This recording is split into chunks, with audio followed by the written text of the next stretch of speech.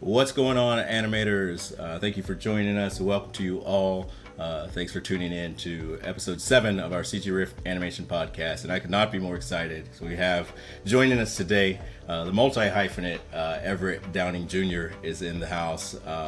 For those of you not familiar with Everett, he's kind of touched so many facets of the industry, sort of everywhere these days. But he's started in both story as well as animation at studios like Big Idea, Blue Sky, Pixar, DreamWorks, you name it. He's been all over the place, but more recently he's moved into a lot of directing. Most of you might be familiar most recently with his My Dad the Bounty Hunter on Netflix, which is tearing it up over there, and just recently announced a season 2, which we're super excited about. But we're going to get into all of that in just a minute. Everett, thank you so much for stopping by and agreeing to hop in the hot seat with us today. And we're just really thrilled to get into it. So yeah, let's get right down to it. Thanks again for joining us. Yeah, thank you for having me, Aaron. This is it's just good to catch up with you in general. So I'm looking forward to this. So this will be fun. Cool, yeah, man. I'm fired up. So let's start at the beginning, man. Let's take us all the way back. Where did you come up? How did you find your way into this field of animation? What first drew you to it? And kind of how did you sort of maybe find your way? Schooling and whatnot. How did you find your way into the industry? Kind of take us to the beginning and start us from there. Oh man. So yeah, way back when I grew up, I was born in Boulder, Colorado. I grew up in Denver. You know what I mean? I was like this, nerdy kid that was like really into comic books. I actually wanted to be a comic book artist. That was actually my goal. I would draw all the time, and I thought for sure that I was like one of my favorite artists at the time. I used to read the X-Men and Spider-Man, and like Excalibur at the time. And one of my favorite artists was like John Byrne and Paul Smith, who were both like X-Men alum. And I wanted to be like the next guy who drew the X-Men. And I remember I actually ended up going to school at SVA in New York with illustration as an illustration major. The idea was like, you know what, it's right here in New York. Both at the time, DC and Marvel were both there, and I was like, I'll just like hit it like every few months. Like I'll do pages, and like I'll be drawing there in no time. But as I was going to school at SVA, I mean, I would get a lot of feedback from like teachers and a really close friend of mine who's like, I was a kid who was like big into animation when I was a kid, but it was like Saturday morning cartoons, right? Like I used to love like Spider-Man and His Amazing Friends and like Transformers and like Thundercats. And that's what kind of got, like I always loved animation, but I never considered it for a job. And one of my teachers actually, like, I would go to these figure drawing classes, and I would, I remember in particular it was the gesture drawing, and I remember my teacher was like, you should, you should think about animation. You ever think about that? And it was like something like, okay, animation, like what can you do in that job? And I ended up, I was thinking about it. It did put a bug in my brain because I remember around the time I was going to college, I think it's right around the time when Batman the original series, like Bruce Timm's series, came out. And I was like, oh man, if that's what I could do, that's pretty dope. So I ended up kind of like switching majors and into animation, and then I moved out to Chicago and started going to school because New York was too expensive. So I ended up going to school in Chicago and going to Columbia College, and they have a film department there, but they had they called it like a concentration in animation. So basically you're like a film major, but my specialty was like animation, and from there it just kind of grew. So humble beginnings, very humble beginnings.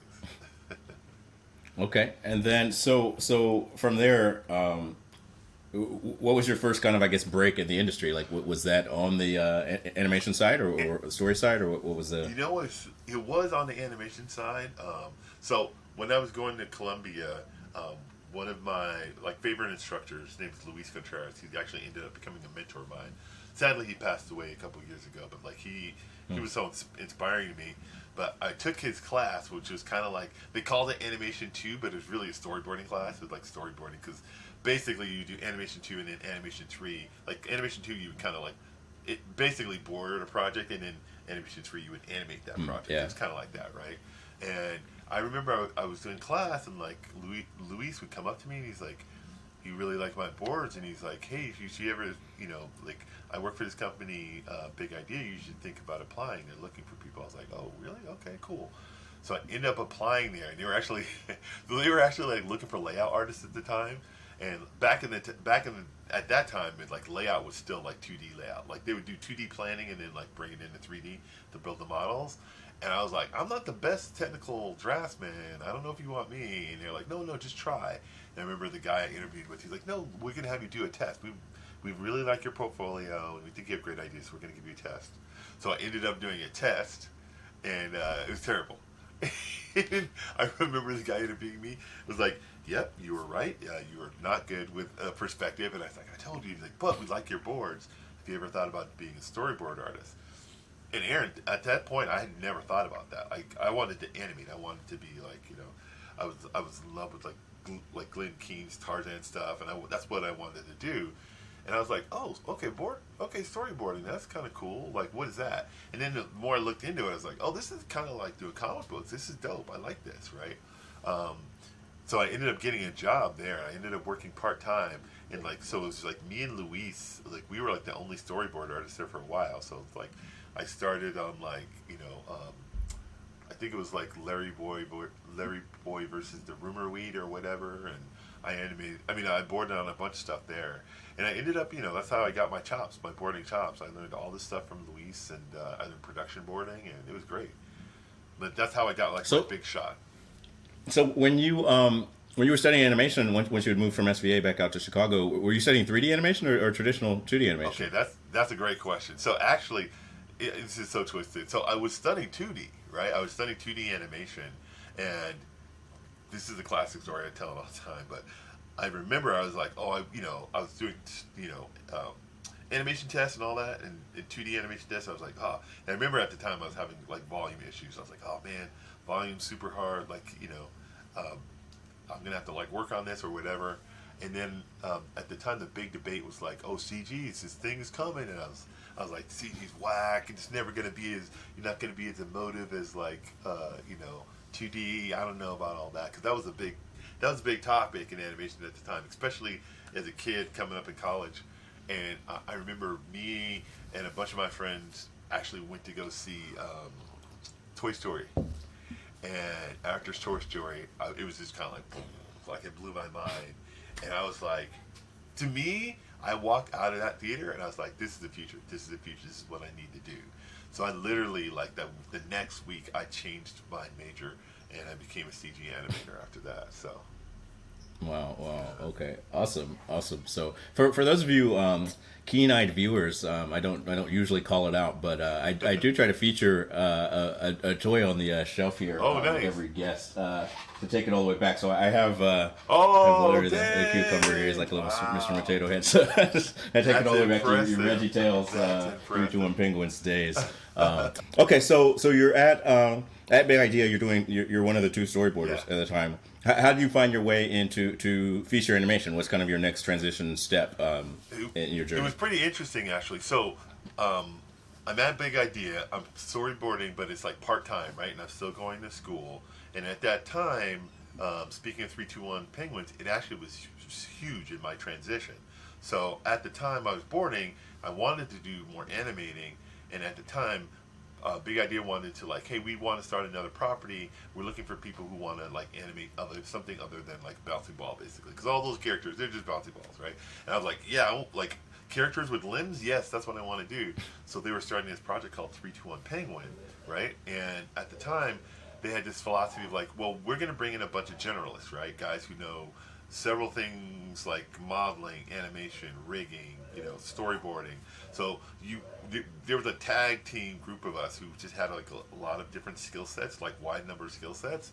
And for me, my cross section was like story, animation, rigging, and modeling, right? And I did some design. Like I was actually Michael Spooner, who was like he's a big designer at the time.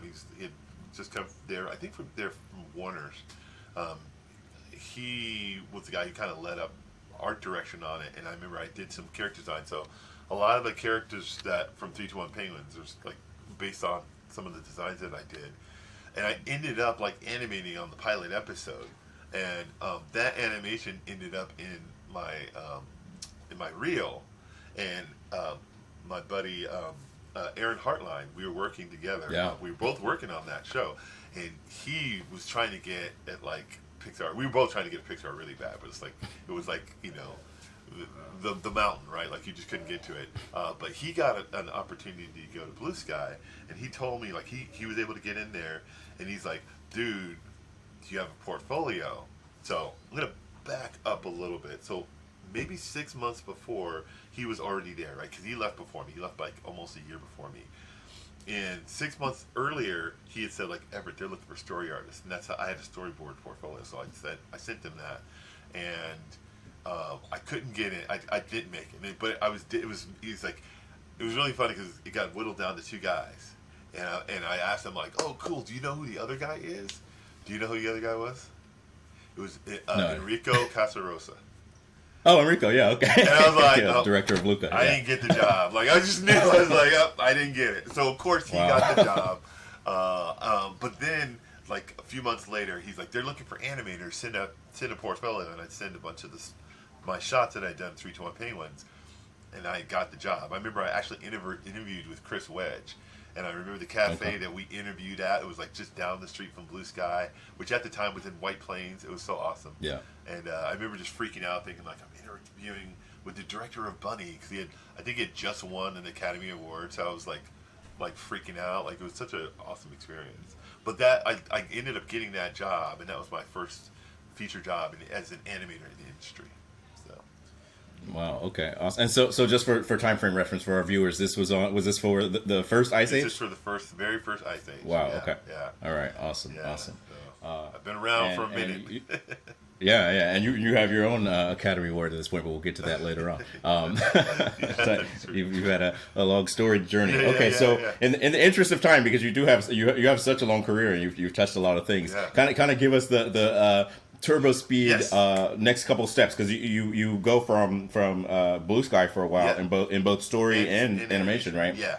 And then eventually find your way out here to Pixar. Yes. How did that tell us that sort of transition? So I've been doing animation, but while I was animating it at Blue Sky, I was like, oh man, I missed boarding. But they actually gave me the opportunity to board as well. So I was ping-ponging, and but I was trying to make a permanent move into the story. And just as I made it, a buddy of mine, and I'm sure you know, David Pang, came to me and he's like, hey, so like Pixar, like they called me for a position. I just signed a contract. You didn't sign your contract, did you? And I'm like, no. And he's like, you should talk to them. And I've been trying to get into it. Like I wanted to work on like Incredibles, and I missed out on that. And then I'm like, you know what? Why not? Like, what does it hurt? It's not going to happen. So of course I interviewed for it.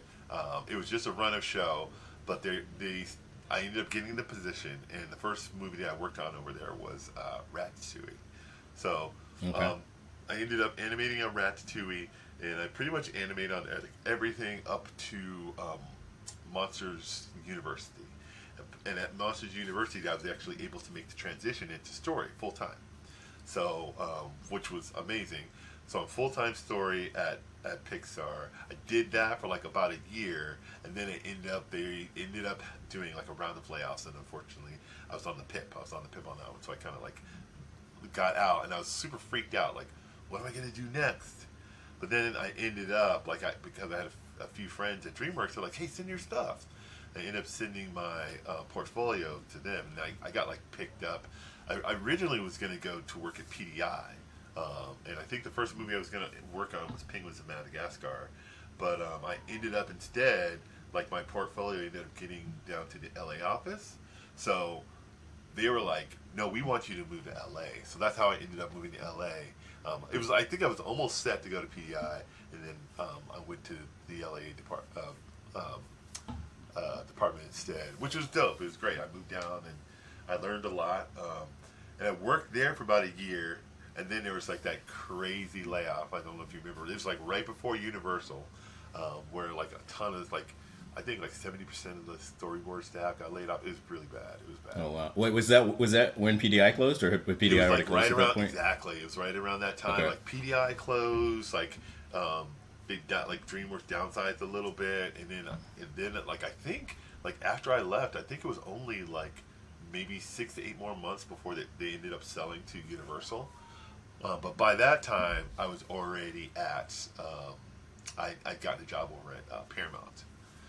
And so the whole time at DreamWorks, you were doing story, right? Yes. You didn't go back to animation after that. Okay. Yeah, there's basically a point. So right after I left Pixar, I'd fought so hard. Like I'd fought twice to get into story, and both times I was like, I fought like I have to make a decision here. I can go back into animation, and basically it was very viable because like there was a few places like that I could have gone to animate because I was a seasoned animator, but I was also like I just got the story position, so I have to make a decision what I want to do, and it was so tough, Aaron, because I ended up because I wanted to work on Incredibles. Because I was like, oh man, I just want to work on something with supers in it. And then Big Hero 6, they really wanted me on Big Hero 6. And I was like, and I'm like, but no, I'm going to stick to the story thing. So I ended up sticking to story. That's the only reason that I ended up sticking with storyboards. It was good though. I think it was a good decision for me though. Awesome. So I do want to back up a little Yes. bit. A couple of things back during your Pixar time. Yeah. One, so we keep it real here at the CG Riff podcast. Yeah. We ask the tough questions, and no one. I don't know that anyone's talked about this, but as far as I know, were you the first black animator at Pixar? I wasn't the first. Were you the only one you were there? I was the only one when I was there. I was the When only you were one there, I was okay. And like I Okay. think no, I know. Like for a while, I even looked, and I think I was the only black animator that it was the only black creative at the studio at that time. There's one other guy Okay. who, but he was kind of like he was with games, and he wasn't like directly connected to. So, and I was like, man, this is Okay. wild. I remember thinking like this is really wild. So. Well, thank you for paving the way. We've made It's obviously changed a big lot. strides in that area. Yes, Yeah, yes. all of us are glad about that. But awesome. And so I also wanted to ask. So around at what time did you start developing the Book of Mojo? Because I know that you had done the first like test of that I saw. I think you did with some Pixar guys. Was that Yeah. while you were at Pixar, or what was the timing of all that? Yeah, that's a great question. The timing was right around that time, and it actually. So what had happened was, as I was animating, I was really wanted to I've always been in love with like comic books, and I started working on like my own self-published comic Mojo, right? And at that time, I put a couple issues out, and I was working on the third issue, and I thought, how cool would it be if I just did like a little teaser, like for the thing, and I'm like, I wonder, and at that time I was also interested in like directing, right? Like what does it take?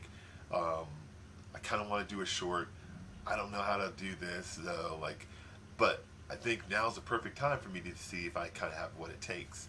And I kind of decided, like I talked to a bunch of my buddies over there, and I kind of convinced them, like, hey, if I do this, would you work on it with me? And they all agreed, and we are working in the co-op, the Pixar co-op, which basically it's a program that they had where it's like, hey, you can use our equipment.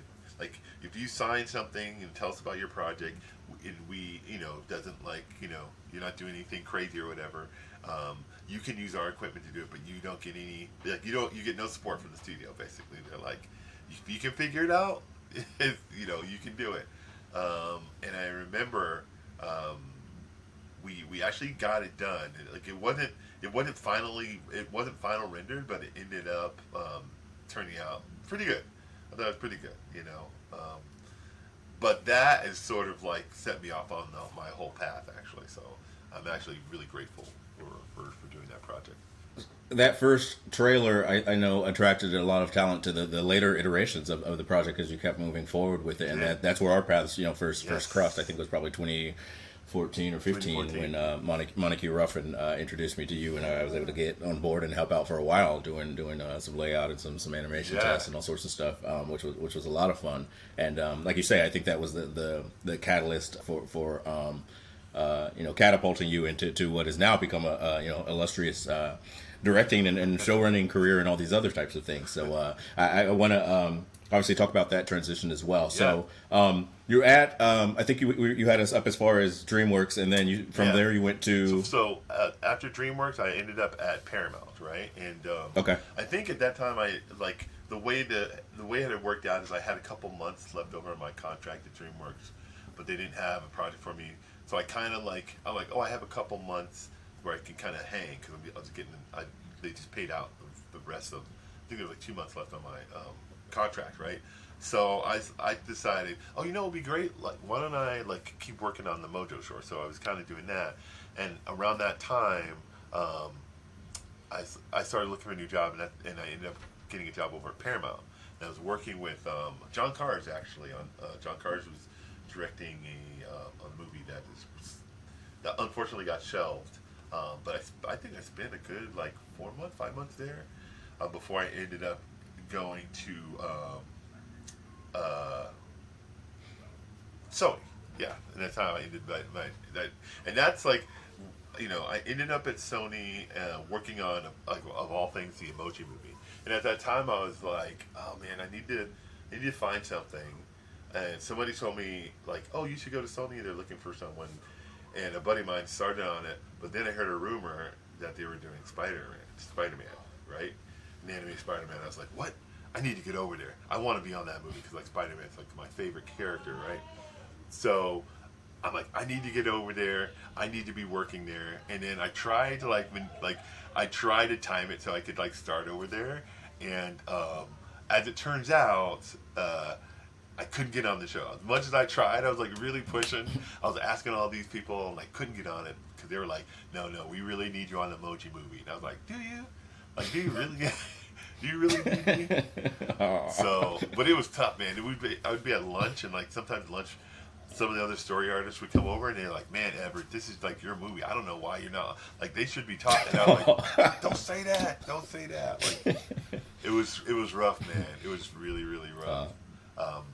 But around that time, actually, that's kind of where like I've been working in the industry for a while, and like I was I had a lot of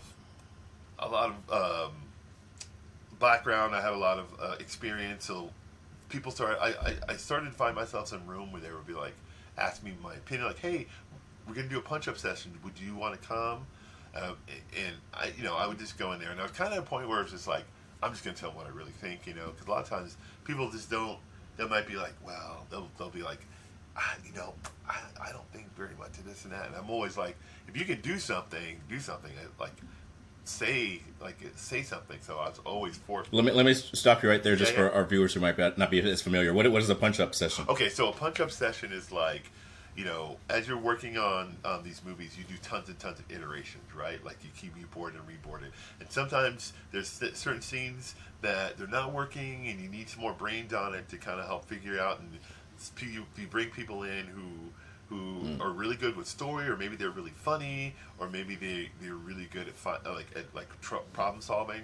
So I kind of I earned that reputation at the studio, like, oh, like Everett has good ideas. So I would end up getting invited into those rooms, and because I'm getting invited to those rooms, and I think they liked a lot of the ideas that I was throwing out, like a lot of my solutions, I ended up getting basically invited to like do some development, right?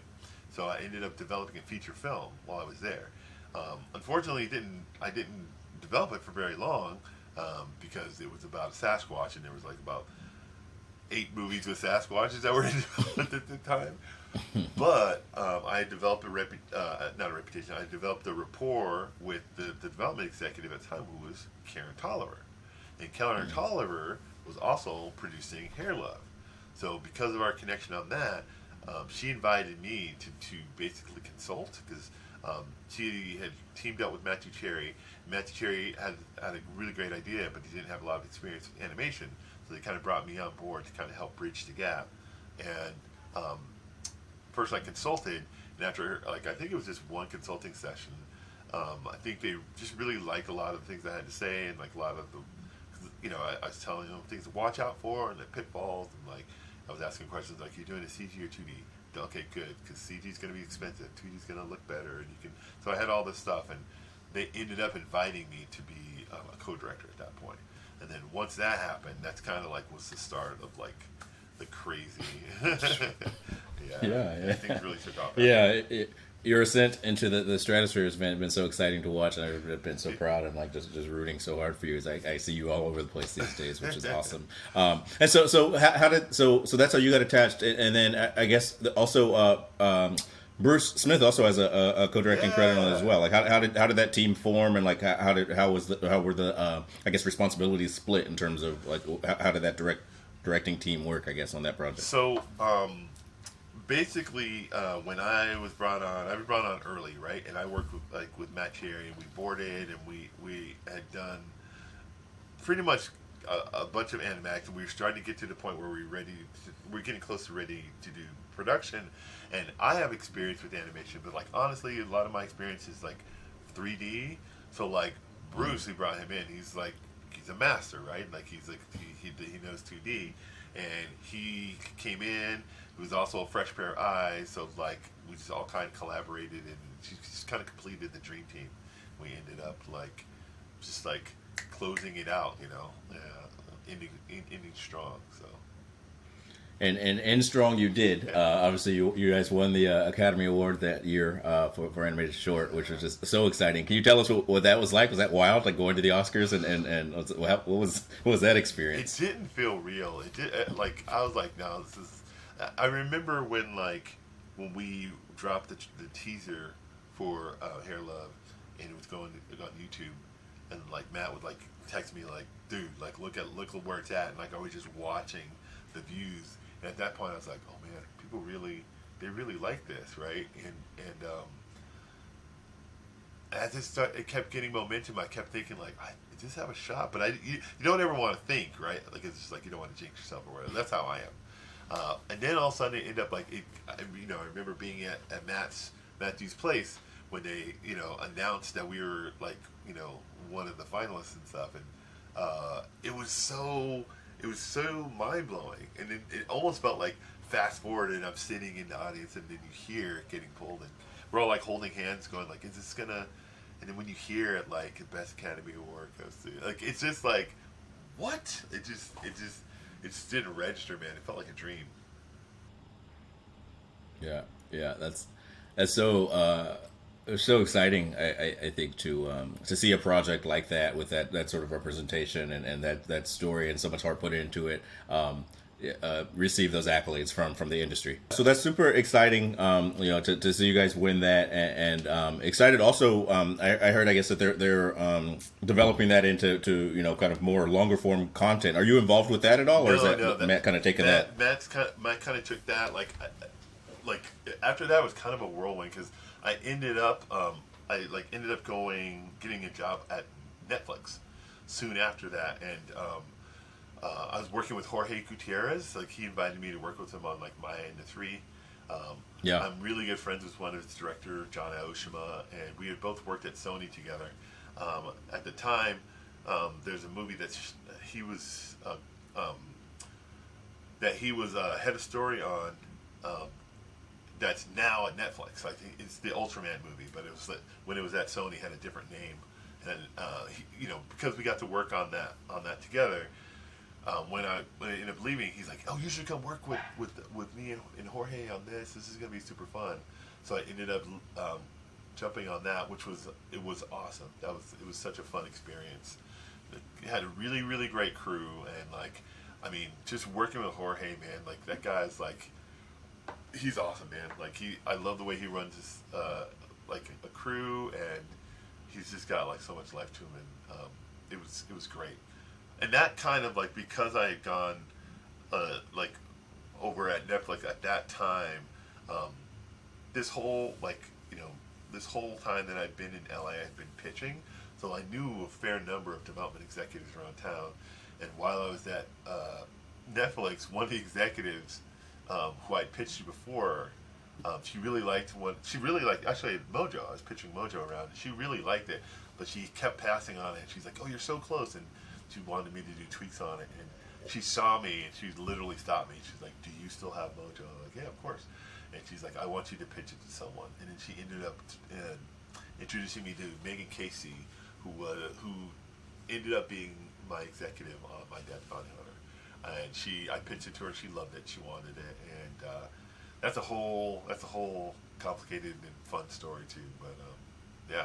So had you already been in tandem with Shopping Around Mojo? You were already developing My Dad the Bounty Hunter. Was that already something that was percolating? Yeah. So it's like,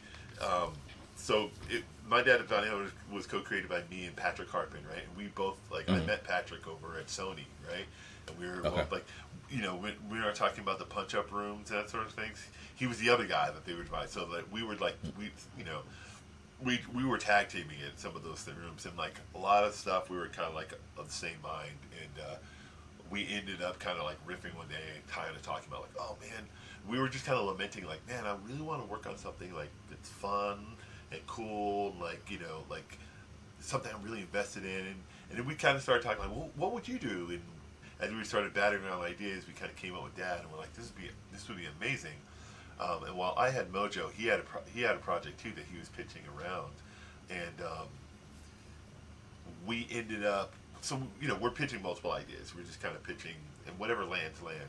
And when I landed Mojo at Netflix, we also had landed My Dad the Bounty Hunter at Skydance as well. We had pitched over there, and they really liked it, and we ended up like then Netflix had caught wind, and they're like, we want that idea too. So we ended up going and we ended up taking it to Netflix in the end. So was it always conceived as a show, like episodic, or was it going to be a feature? It was going to be a feature, and in all honesty, we actually pitched it at Sony. While we were at Sony, we pitched it at Sony, and they really loved the idea. But at the time, they were like, yeah, like we love it, but we don't think that we're going to do it here. And we ended up pitching it, like we pitched it over at Skydance, we pitched it at Netflix, and we pitched it at like Pearl Animation. We pitched it at a few places, and everyone really liked it. But I think it was Skydance first. It was like, we love this as a feature, but like, would you want to do it as a series? And our whole thing was like, I don't want to do Monster of the Week where they're doing a new bounty hunter. If we're going to tell a story, I want to tell the story that we intended, and we can do it as an arc. Would you be up for that? Like it's a limited series type of thing. And surprisingly, they were down. And Netflix, the same thing. They're like, yeah, we'll do that. That's great. But we had pitched it as a feature over at Netflix as well. So awesome. No, I think it works great as episodes. I remember texting you when it first dropped that I put it on. My son and I were watching through it, and he's only 2. He was like super locked in and invested. He was like he was following the story and everything. But I really.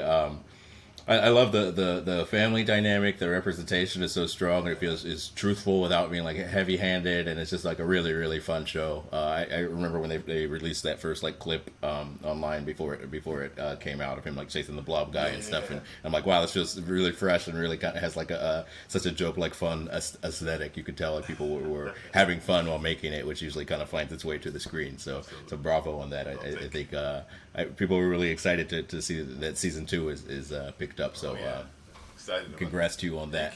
So where during this process, I see it over your shoulder there. Yeah. Talk to us about We the People. When in the timeline did you get tapped to be involved with that? So ironically, it was so ironic how that happened. So timeline wise, I'm at Netflix. I've been in Netflix for a few months working on Maya, and you have to realize at that time I'm working part-time, working on Maya, and like once I'm done on Maya, I'm directing on Hair Love, right? So like I'm splitting my time. Like it was crazy. I was super busy, right? And then I met Chris Nee over there. She had just started. She had started one of her shows. It was I'm spacing on the name of the show. It was based on a kid's book. But I met her and we kind of hit it off, and I really liked her. And she ended up, I didn't know this, she ended up having like this basically this deal with Obama's like Higher Ground Productions, and they were looking for directors, and she's considered me. She's like, oh, but this is right before like all the Hair Love stuff like kind of exploded. So like she found me like, I think it was I think it was a week or two after we got the Academy nomination. And she's like, "Oh my God!" I was like, "This is like, congratulations!" She's like, "I was gonna invite you to like direct on this." I was like, "Oh my, that's amazing!" She told me all about it. She told me that they were trying to do like they're trying to do Schoolhouse Rock, like a type of Schoolhouse Rock type of thing, but it was focused on like politics and stuff. And I was like, "I love that." Yeah, and they, they were gonna pair us with different performers and. And I remember being super nervous about it, but I'm like, yeah, I just jumped at the opportunity. I'm like, yeah, that sounds incredible. It was such a great experience, man. Like, I loved working, like as a second gig, it was really, really great. And I got paired, like, they kind of paired us up with them, like, production studios. And I ended up getting paired with Buck. And those guys are incredible. I loved working with them so much, man. They're so super talented. Everybody on that team was just amazing and super fun to collaborate with. It was great. Really, really good. Did you get to meet Barack Obama? No, I was bummed. I was like, man. But it was still cool though. It was such a fantastic opportunity, man. And then so you guys, like, I was gonna say you guys won an Emmy for that, right? That's not expecting. So you're like halfway to an EGOT at this point, right? Yeah. I was like, oh man, I got to work on my. You got the Broadway musical in the works. Hey, I have an idea. If you know anybody, like songwriters, I got ideas. That's awesome. Congratulations on that. Yeah, that's really exciting. And so then, I guess at that time, so at that time, were you kind of juggling all three, or you were done with Hair Love, but that was going through the awards circuit, I guess, and then you were directing that, but you were. So it was. Were you already in development already working on My Dad the Bounty Hunter at that time? Working on My Dad the Bounty Hunter. So like, and basically, but like when she told me, she's like, we have to finalize all these contracts. There's all these different performers that we have to work with. So by the time I figured out, they came back around to me. I was already well into that. So I was like, oh yeah, that's right. So they kind of pulled me in. But when they told me who my performer was, I kind of flipped out a little bit. I was like, what? Because, I found out it was Janelle Monáe, and I was like, and it was like We the People, so I was like, what? Okay, so I was feeling like the pressure was on. But, she's exploded everywhere now, too. I know she's blowing up. Meteoric rise as well, yeah. Wow. So I mean, your story is so exciting because you're just all over the place. I feel like you touched every major studio there is and was, right? You're just tearing it up on every front. I want to kind of pivot and just start picking your brain some. Obviously, you've had a multitude of experiences and just have a wealth of knowledge from having kind of handled all these different types of things. First, I guess. For those of us who might not exactly know or understand it, can you explain what the role of a showrunner is? Like your credit on My Dad the Bounty Hunter, you're what, executive producer and showrunner, basically, right? How does that break down? Showrunner, writer. So the way that works out is basically executive producer, showrunner. You're kind of in charge of the overall vision for the show. So it's your job to set the tone. You're doing all the the major approvals, in a way you're kind of, showrunning, you're kind of directing the whole thing. You do have independent directors that are episodic directors, but it's your job to kind of have the overall vision and to make sure that it's cohesive, it all works together. You're also in charge of making sure production runs smoothly. I'm doing check-ins. I'm showing up for edit sessions, sound, sound and edits, post color correction, So we're really kind of in terms of the what I like to call the hierarchy of approvals, we're at the highest level of hierarchies of approvals. So nothing goes through without us sort of combing through it, So. And so your production team was in Europe, was it, or is it in Montreal? The production company that we work with at the animation studio was called Dwarf, and they Dwarf. They were fantastic. They were super amazing, really talented guys. And so did How much of this, I guess, timeline wise, was most of this was produced during the pandemic? Yeah, Was it? yeah. The What was that timing, like? I mean, I guess it was already a remote team, but yeah, what was that whole thing like? it was kind of incredible because it's like timing wise to give you an idea. I believe that we first went into development like October of like I want to say it was 2019 because 2020 is when things got locked down, right? Hmm. So October Yeah. we went in, right, and we ended up breaking like we did a story room, right, for season one, broke the whole story for that. Then we came in and we did another. They moved us like we were in the studio. They had like a temporary studio in at Vine, like off of Vine. It's Vine Studios, right? Siren Studios off of Vine, right? And they actually ended up moving us into Burbank, right? We had shiny new offices. We were super excited about it, right? Had a whole like in person writers room, right? It's where we had like our it was like me, Pat, like our story editor Justin Gordon, and we had like our writers for second season with like Shakira Presley, Tomi Adeyemi, who wrote Children of Blood and Bone, and we broke the whole second season, and the last week we did it, like the day that we broke it, I think we had one day left, but like we had pretty much covered everything, right? And we're at the table, we're like, oh, we're like toasting, right? And then right as we toast, the door comes open, and it's like everyone's gonna go home. You know, it's like we're quarantining, everyone leaves right now, we're gonna quarantine for a few weeks, and we're like, oh snap. So we went like, of course, a few weeks turned into a few months, it turned into a couple of years, right?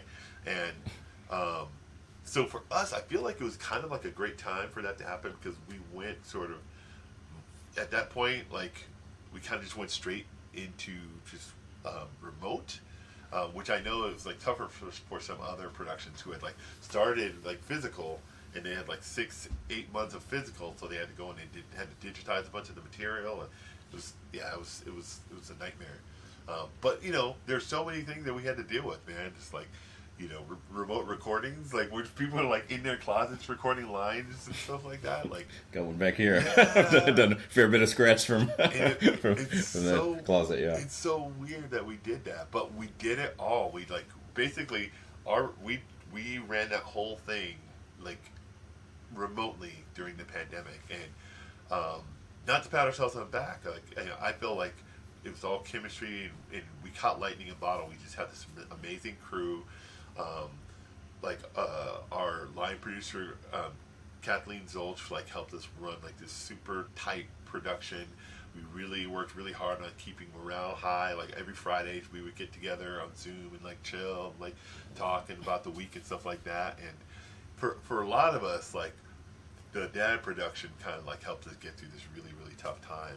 And everyone like you know like my whole thing is like when I try to run these things, I try to create this fun, fertile soil that you're gonna enjoy playing in. Like that's my hope, and I think the movie, whether the movie's good or bad, that is determined by like what kind of environment you create. And everyone has such a great time. I feel like you can really see it like up on the screen, and it was just incredible. Yeah. It's incredible to see how it turned out. I wonder if in a way your time wrangling cats on Book of Mojo with people all over the place, if it kind of prepared you for you know that kind of working remotely team type of You thing know, in a way. I feel like it did, Aaron. Like I feel like I was just so used to like because we were doing. You remember we were doing Zoom and stuff like that all the time, you know. And Yeah. and you know, I think maturity level wise too. Like when you're trying to run something on your own, you get so much appreciation for how hard it is to do to get everything done. You know, so Yeah, yeah. yeah, for sure. Yeah. So, wow, man, listening to that kind of from start to mostly current, I know you're working on some other exciting things that you're probably not even able to talk about yet, so we won't go there. But it's just so inspiring to me to kind of see you make that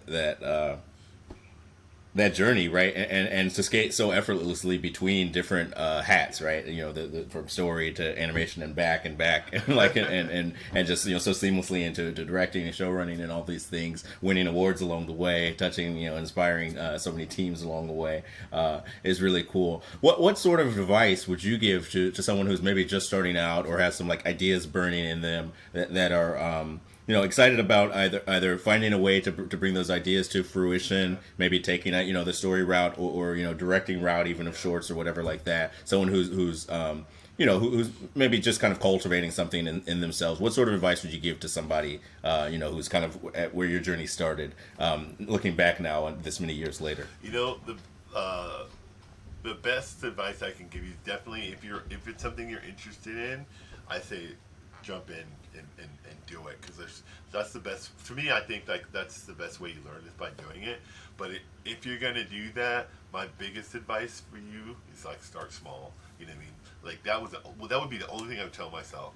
It would be like, instead of like, hey Everett, instead of trying to do a 5 minute short, why don't you try just do like a 1 minute trailer or something like short that like you can get and finish. Because if you get something, the biggest difference between someone who makes it versus someone who doesn't is just to be able to finish, right? And if you start small, you learn a lot of stuff, you can finish it, and then you can kind of like break it down, decide like, see like, oh, I would do this different next time, this different, and then you try to like add a little bit more each time, right? Like try to get a little bit more.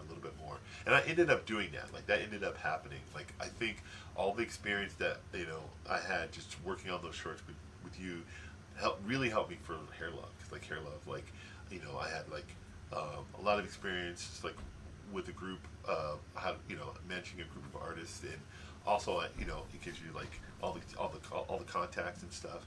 And if you're practicing these little things, what do they say? It's like 10,000 hours until you get good at something. You need to get that experience doing it, because you can't go up to someone and say like, hey, can you give me like, $150 million to make a movie? Have you ever made a movie before? No, I haven't. Like, you're going to slam the door on you, and you got to build up to it. Get a reputation. You get that experience with working with a crew. Again, start small with a few people. You get a rapport, and those people kind of like, those are the ones that kind of keep coming back, like, or those are the ones that are kind of like in your like friend group, so as my whole thing is like, as I was working with people, it's like, I can't, like, I'll try to pay them something. If I can't afford to pay them something, I'm always going to pay for it. I'm always going to pay for it, so like anytime anybody worked for me, I like, if I heard about jobs, or if like they needed like a recommendation, I would 100% like give them that, but I'm kind of getting all over the place. But the main thing is, no, it's fine. The main thing is getting in, jumping in, and just starting small, and then like doing it again and then again, and trying to get bigger and bigger every time, and then taking Awesome. like, fail fast, get in there, fail fast, fail. It's like never a question of if you're gonna fail, it's win. It's always win. But get in there and fail fast, learn, and get better. Yeah, that's great. We didn't really touch on it along the way, but during your time as either animator or story artist, were you ever, I guess, tapped for or promoted to like leadership opportunities within those? Were you ever like a animation lead, or like a story lead, or head of story or whatever, before just starting to direct your own thing? And if so, when does someone kind of know that they're ready for that transition to leadership? That's a really great question. I was actually looking back, and I never got the opportunities. But then I realized that like I did a lot of jumping back and forth between story and animation. So right about the time, like, I'll be honest, like if I'd stuck with animation, I probably would be a lead by now. But because I was kind of like, and people knew that I really wanted the story to do story too. Like a really good friend of mine, when I asked him like, I asked him about my animation skills. He's like, I think you're a really talented animator. I mean, I think you're a really talented story artist. I think you're a story artist that's really talented at animating. Because he was like, you want a storyboard so bad, like, I was like, oh, that's a good point. So that's another thing. Is like, if you're trying to get into a leadership position, like, you do have to show that sort of like dedication. Like, I'm here for animating. I'm not trying to get into story or whatever. Like. But I'll be honest, like, I feel like those skill sets that I got, it's come in so handy for the role that I'm in now, and for the role I was in on both, on all everything I directed before. like it gives me these really great insights.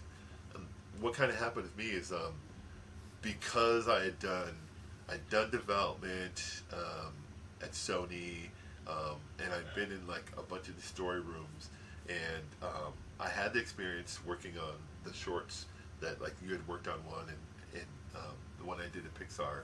All those kind of led for me because I think my big shot, like first big shot, was given to me by Karen when she invited me to co-direct. But she actually knew. She was very familiar. She was the development executive I was working with at Sony when I was developing my idea. So, but I think she saw like, oh, this guy's got the skill sets, and he's kind of like ready for the position. So, and that's kind of that started that transition, you know. So is there at this point any second life for what became of Mojo, or was that mostly a springboard in a lot of ways, or is there? Don't count that out. Mojo's not dead. I want to do something with it, you know, at some point. Yeah. Hopefully, my dream actually is like, you know how like, you know, some directors like one for them, one for me. You know, that sort of like, yeah. That's my one for me. You know, at some point, like I'm gonna get just like, you know what, I made these movies for you, and now I'm gonna try to get this one done at some point. You know, that's the dream. Awesome. Yeah. That would be exciting. I know a lot of people were really excited about how it was looking, how it was coming along. But I'm so excited that it, you know, like I say, it kind of springboarded you into such exciting opportunities and ways to make your mark in a lot of other places, which is really, really cool. So what's one of your favorite things about leading a team now that you've found yourself kind of in a leadership position on you know, whether it's episodic or you know, directing, you've led a lot of different teams at this point. What's your favorite part about being in that position? You know, my favorite part is like, well, number one, like, you know, I get so excited about the process, and I love working with like talented artists and stuff. And again, my biggest philosophy is like, I want to inspire you. Like I have an idea, and I just want to inspire you and get you kind of on board with the idea. And some of the most exciting stuff, like there was a moment on early on My Dad, the Bounty Hunter, when we're like one of the first characters we developed is the dad character, and there's a really talented character designer, which you're familiar with, Brandon Wu. He worked on some Mojo stuff, and you know, just kind of feeding him like, oh, kind of this and that, and giving him like a lot of different, like, you know, always give him images and like, oh, it's just sticking kind of this and with a little bit of that, and just you're just throwing all these ingredients in a pot, and then you're just letting him kind of go off, and he cooks, and he comes back, and you see all these amazing. It's so cool to see like, oh man, this is like stuff that was developed off these ideas. That I've given them, and anytime like it's not working, I feel like, okay, so I didn't communicate well enough to sort of like get springboarded, you know, enough. But you find like really quickly, like once you find it, it's cool to see how quickly it developed, and the other characters like Lisa and Sean got developed after that, and everyone is like seeing the material and getting excited about it. So it almost creates like this butterfly effect in a way, right? Like it just kind of like goes out, and everyone starts to get like the you know the tingles, you know, they get super excited about it. So that's the part like that I really love about it. Like when the idea starts to catch fire in the crew, it's always, because that's the magic, right? Like when you see people like, yeah, there's so many things. There's like you know, oh, we came up with these ideas, but then someone comes up with like, oh, I took this and this and I put it together and I came up with this, and you're like, that's funny, that's incredible, you know, like that's the magic, I think, of the process. Yeah, they take it and run with it, and it grows to something bigger than you could have even imagined. But no, I love the chemistry of you know, that kind of annoying brother the dynamic, right? She's always like just ticked off with him or whatever. It just feels so true. Yeah. So you mentioned before one of your I think teachers it was, but who would you say were some of your other mentors along the way on your journey? Oh wow, yeah, I've had a lot of really amazing people who kind of helped me out. I mean, Jorge Gutierrez for sure. Like him bringing me in and like just kind of watching how he moves has been like super influential. Peter Ramsey, you know, co-director on Into Spider-Verse. He's just incredible. Like he's so talented, and just like, again, he's got that swagger, man. Like, and that effortless confidence that, like, it's just. But he's also like super supportive. Like he supported me, like when I was pitching Mojo around. He was so supportive of me, and he really got behind me. And there were times, like, when you kind of gaslight yourself, you're like, oh, imposter syndrome or whatever. And he was very honest. He's like, no, dude, this is great. You need to keep going. Like, so he's like a huge, huge influence on me. And then, there's just people who've been really instrumental in my career, like Megan Casey, who she was the executive who greenlit, like who wanted our idea. She championed it so hard, like when we first started it. She's like, I want this. This is great. She got behind it. And, she kind of gave us the space to let us make this crazy, Afro-futuristic show. Like, yeah, this is great, man. It's just really cool to know people like that. So. Yeah. Well, since you mentioned it, we have on our short list of potential dream guests for the show. Peter, Jorge, and Bruce are also on my list. I've reached out to a couple of them already, so nudge them when you see them. Tell them we're trying to get them in the hot seat. But no, that's really great. I consider you a mentor of mine. You opened up a lot of doors for me. Prior to having worked on Book of Mojo, I mean, I was working. I was taking a lot of like online classes at the time, and I was working in commercials and previs and stuff in New York at the time. But I hadn't got to rub elbows so closely with a lot of people who were working in the feature film space. Before working on that project, and that really opened up a lot of doors after that, and with some of those relationships and stuff as well. So thank you for that. You're awesome, always awesome. a solid artist and like super professional. I was always impressed with like your professionalism and just like can-do attitude, man. Like I really enjoyed. I was just so excited to be involved. I mean, it was super cool project, and the characters were fun, and the team. You created a good team environment, which makes all the difference. I think makes it enjoyable to work on. So, I mean, like I said, you've spun a bunch of plates. You've worked on a ton of things. I'm sure you got your fingers in a lot of things right now that you can't even tell us about yet. But what other goals and career aspirations do you have at this point? Are there other things you're interested in doing, or types of projects you're interested in touching, or things you'd like to see come to fruition? 100%. Like, definitely, like, I can't say much, but I am in developing a feature right now, which that's a huge milestone for me. I'm super excited about that, and I'm having a lot of fun doing it. I'll be honest, like, I kind of want to be able to like make a bridge into producing at some point. Like, there's so many, like, with an eye towards like highlighting and spotlighting like talent to color. You know what I mean? Like talented directors out there who are people of color who have interesting, compelling, and relatable stories to tell. Like I see that as being like late phase Downing. You know what I mean? Like I want to be able to do that. Mojo's not gone yet. That's gonna, I want that to be something at some point. And then I really want to do whatever I can to kind of just increase diversity in our art form. Just highlight some of the amazing talent that's in our industry. That's my biggest focus right now. I think like my next big step. So.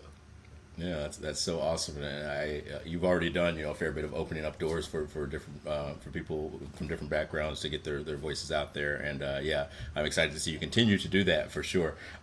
Here's just kind of a fun hypothetical one I like to ask: if you looking back over however many decades at this point that you've been in this industry, if you hadn't gone into animation, into this industry, what's something else you could have seen yourself doing with your life that you would have enjoyed? Oh man, I mean, I think. Comic book artist, like I think that would have. I definitely could have. That's kind of adjacent. It's adjacent. Is there any kind of there like any non art kind of like things you might? So this is super nerdy, but like there was a point when I was like really. I don't know if I would have actually gone into it. I really wanted to be a veterinarian. I really did. But like not only, but I wanted to be like a zoo guy, right? Like that could have been anything, like because my whole thing is like I just love animals, and like I wanted to do something where I wanted to like learn about weird animals that you don't see, like capybaras or like wombats or something like that. You know what I mean? Like, yeah, that's one of the things I was really into.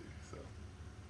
Okay, In cool. another Yeah, life, we had in another life, I'm an we had Ted T on here last episode, and yeah, he would have been a surgeon. Oh, was his that's answer. So amazing. yeah, okay, cool. So yeah, that's really good. Well, thank you so much, Everett, for your time. We're kind of coming close to the end of our time here, and I'm just so grateful for you sitting down and inspiring the listeners. I think it's just outstanding how well your career has gone, and we're so excited to see what comes next for you, because I know the you know, even though you're already in the sky, I think, you know, even above that is the you know, there are no limits, I guess. I can't say the sky's the limit, because I feel like you're already up there, but yeah, we will be watching you closely.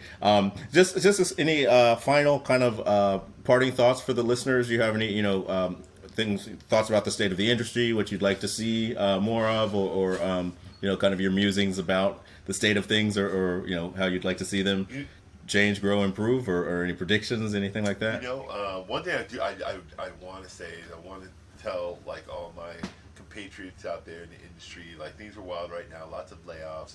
It's really tough out there on animation, but we're gonna rebound. Okay, they're gonna realize they need us, and they're gonna, like, they're gonna need to make more of this stuff, and once that happens, we'll you know, things will get better. So right now, you know, like, you know, it might be tough right now, but, like, you know, we can do this. You know what I mean? Just kind of like tighten our belts a little bit and get through this part.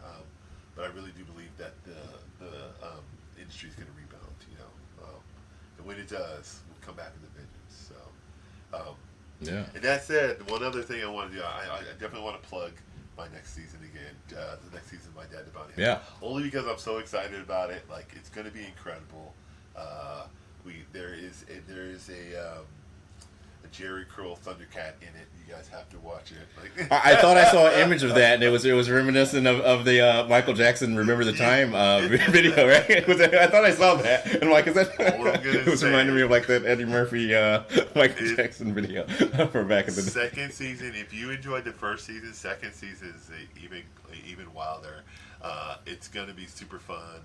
It is, like I said, it's a love letter to, you know, Black families and science fiction and animation fans. So definitely catch it. And if you haven't caught the first season, definitely check it out. Trust me, it is worth it. It is a fun show. I can second that, and I'm looking forward to the second season. And there's just not enough Jerry Curls on TV anymore. So thanks for Just do my part, man. I'm getting just trying that to in do there. my part. No, Everett, again, we appreciate you so much for stopping by. Thank you to all the listeners for tuning in. Be sure to like and subscribe. We've got many more great episodes coming. Ev's going to put in a nudge to some of those guys we mentioned to see if we can't get them in here as well. We're excited to just keep bringing some inspirational episodes for you guys. And again, thanks for tuning in. And everyone, take care. We'll see you here next time on CG Riff. Take care. Bye.